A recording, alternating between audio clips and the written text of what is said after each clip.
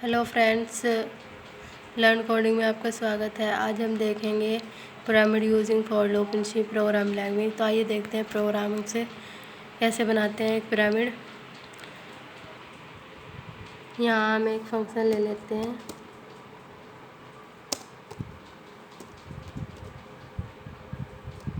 Main वाला function ले लेते हैं हम। इसमें हम प्रिंट कराते हैं, स्टार प्रिंट कराते हैं हम इसमें। उसके बाद हमें स्पेस भी प्रिंट कराना है। कुछ कंडीशन रखेंगे हम, ट्रू हो गई तो प्रिंट स्टार प्रिंट होगा, अदरवाइज स्पेस प्रिंट होगा। लाइन चेंज कराने के लिए हम /n लेंगे,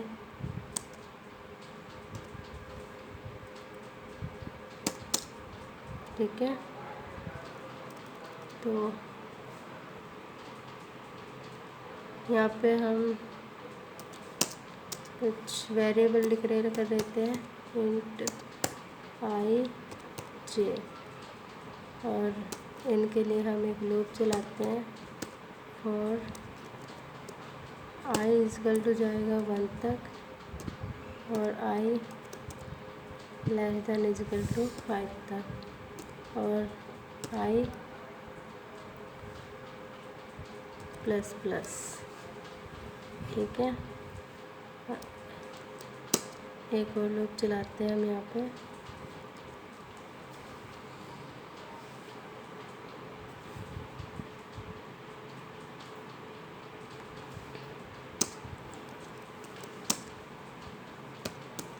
और j इक्वल टू 1, j जाएगा 9 तक और j प्लस प्लस, ठीक है।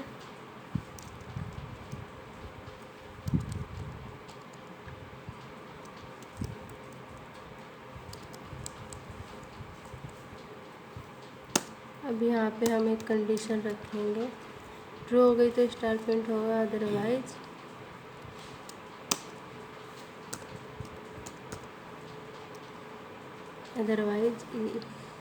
स्पेस प्रिंट होगा। तो ये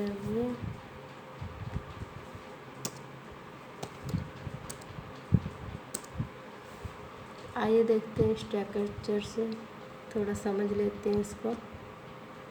और ये हमारे कुछ रो है और कुछ कॉलम है, जे कॉलम है और आई रो है। तो जे की वैल्यू 1 से 9 तक है, आई की वैल्यू 1 से 5 तक है। आई की वैल्यू अगर 1 है तो जे की वैल्यू 5 होगी, आई की वैल्यू 2 है तो जे की वैल्यू 4 और 6 होगी। ये जो हमारे स्क्वायर है ये हमारे लोकेशन है, किस लोकेशन पे हमें स्टार प्रिंट करवाना है, किस लोकेशन पे हमें स्पेस प्रिंट कराना है। अगर आई की वैल्यू 3 है तो जे स्टार किस लोकेशन में है, जे की वैल्यू की 3, 5 और 6।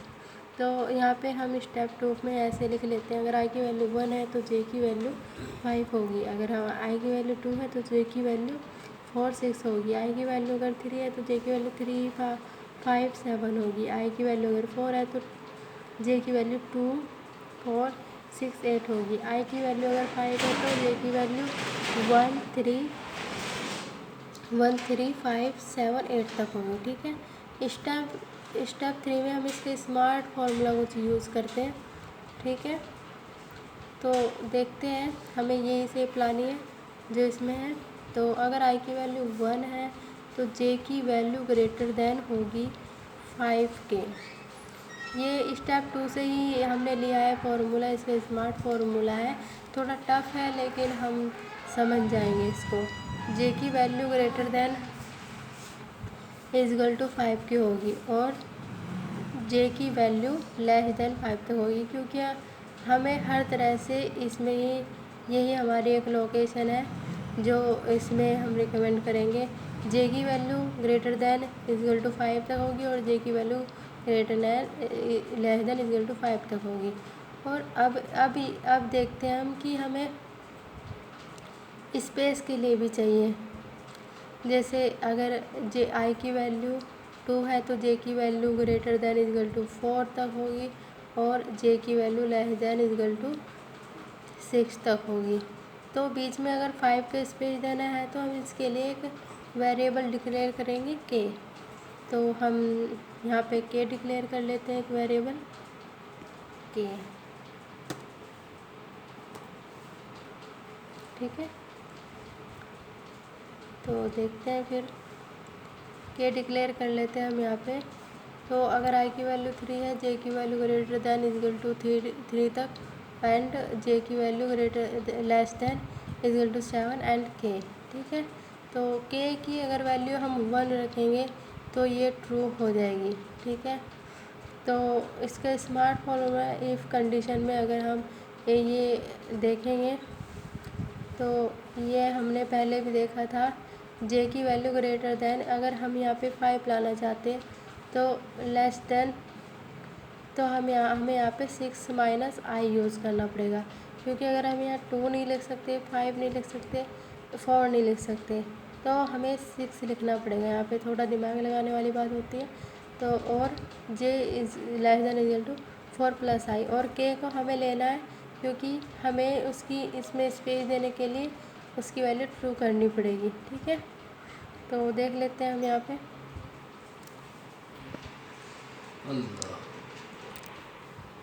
पहले तो जो हमारा आंसर आया है इफ़ कंडीशन में, हम वो आंसर लिख देते हैं। ठीक है, greater than is equal to 6 minus i and j less than is equal to 4 plus i and के।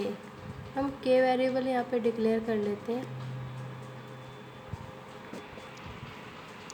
यहाँ पे हम के की वैल्यू रखेंगे, के इज इक्वल टू 1। अगर ये ट्रू है तो ये वाला लूप चलेगा। ठीक है ना, अब हम यहाँ पे एक के इज इक्वल टू 0, अदरवाइज़ ये चलेगा, अदरवाइज़ ये नहीं चलेगा। ठीक है, और फिर प्रिंट है इसमें हम लिख देते हैं के इज इक्वल टू 1। ठीक है, ये ट्रू होगा। यहाँ पे हम सेमीकोलन लगा देते हैं और यहाँ पे इसका हम अलग सेमीकोलन लगा देते हैं। ठीक है,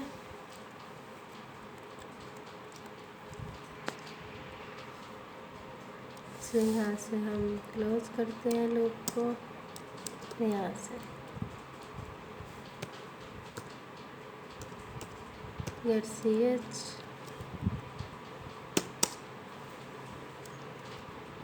देखिए हमारा कोड लगभग बन ही गया है। हम इसको रन करा के देख लेते हैं एक बार।